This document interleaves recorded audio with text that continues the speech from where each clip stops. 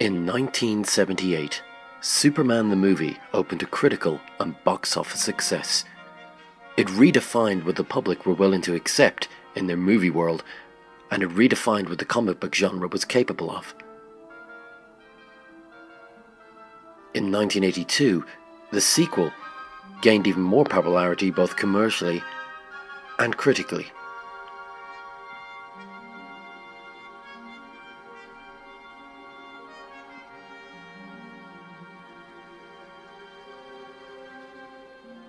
However, by 1983, by the time Superman 3 came out, the cracks were beginning to show.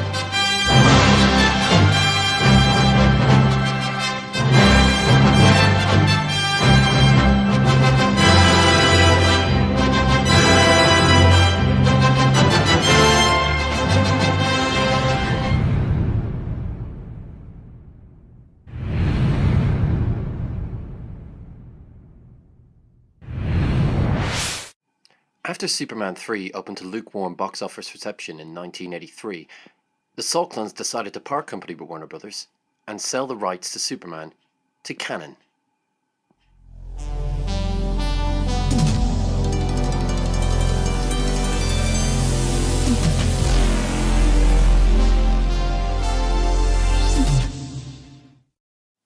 Quick to promote the fact that they'd bought the rights, Golan and Globus, heads of Cannon, decided to promote the film for the summer of 1987. Now that the rights were in place, all that was left to do was get the original cast back into play.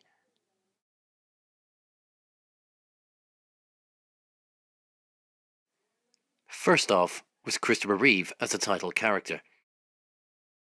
Following him was Gene Hackman as Lex Luthor.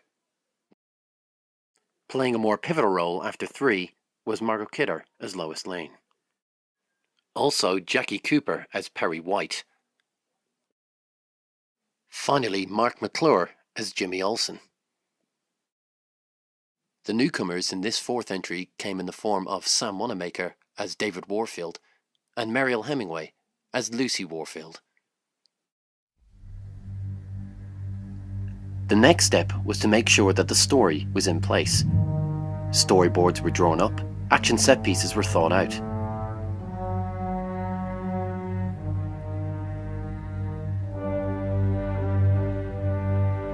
The idea of a character called Nuclear Man brought about the notion of who was going to play him.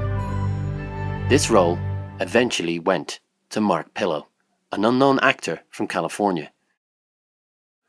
Writers Mark Rosenthal and Lawrence Connor worked closely with Christopher Reeve to create a nuclear arms theme for the film. I did a documentary, narrated a documentary and did wraparound interviews, a program that some children had made called A Message to Our Parents, which is a film made by 12-year-olds about their fears of growing up in a nuclear age, and this is what sparked the idea for the story. It's nice to see the character take on a global responsibility, even though his father warned him in the first picture not to try and do that. Well, that's the whole dilemma. Every now and again, eventually you got to throw away the handbook when you see that people need, when do you, at what point do you play by the rules, and at what point do you answer the needs of the people around you? I think that's something that people can easily understand. At this point, the promotion started to kick into overdrive.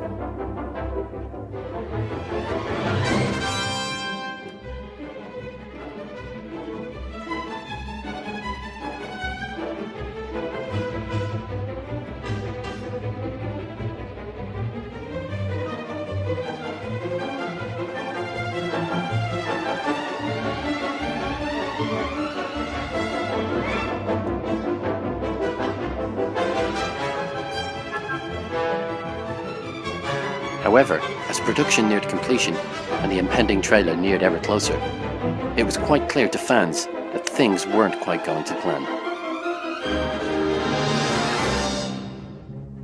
The greatest hope against the threat of nuclear war is Superman. I'm going to do what our governments have been unwilling or unable to do. Effective immediately, I'm going to rid our planet of all nuclear weapons.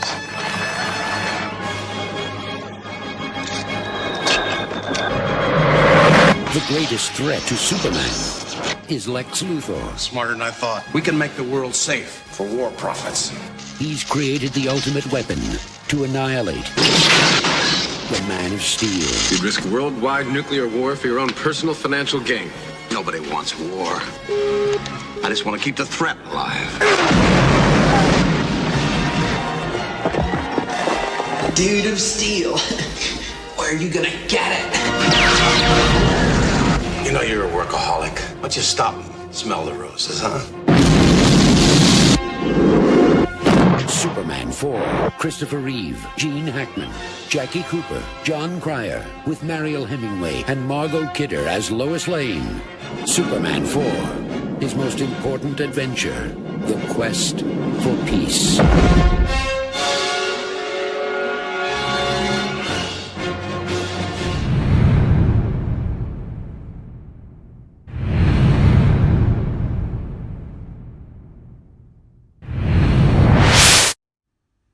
After Superman 4 was released in cinemas, it became apparent to the public that things weren't quite going to plan as were originally thought.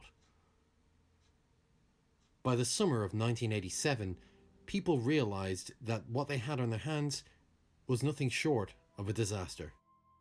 Terrible editing, awful special effects, and an overall terrible production quality were very apparent to people who had come to see this film who were fans of the original three. There really wasn't the same quality.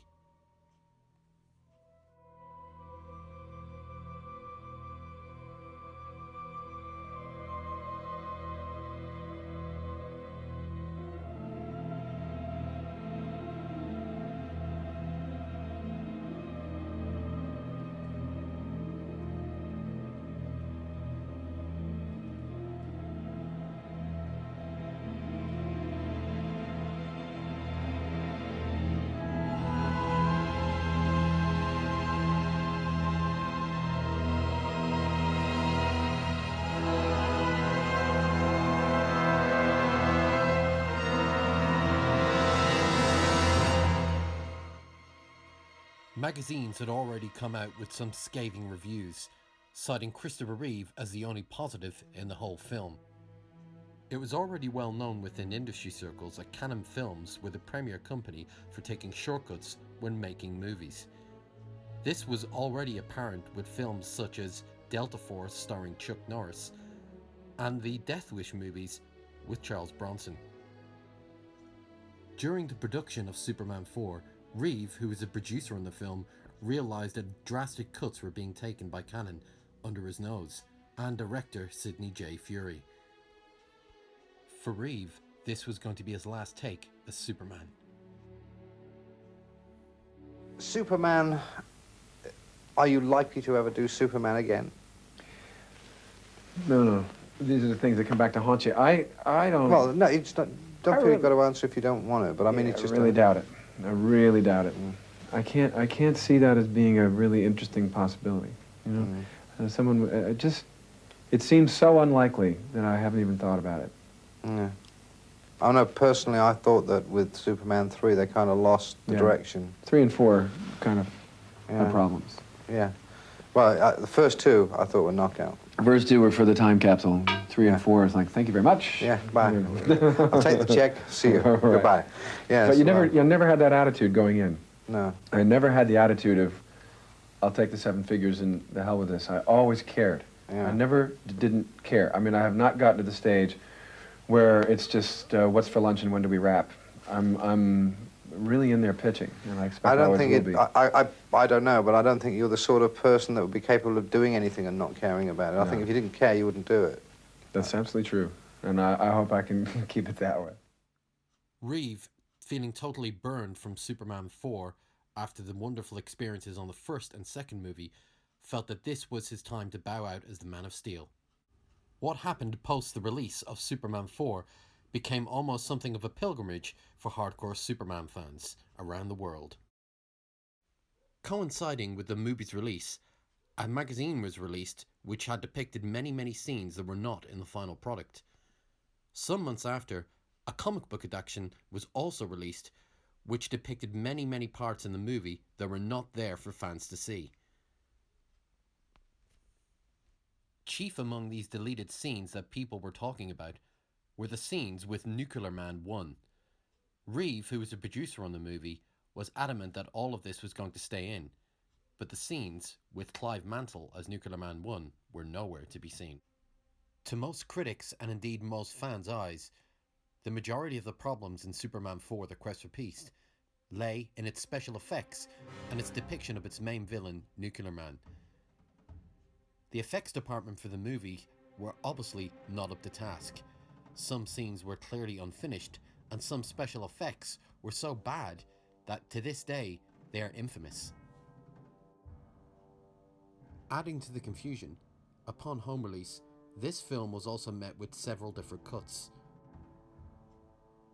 This particular scene here, depicting a tornado in Smallville, was only shown on European home release and not on American. Indeed, some Laserdiscs had this scene, some home video releases had this scene, but some obscurely didn't.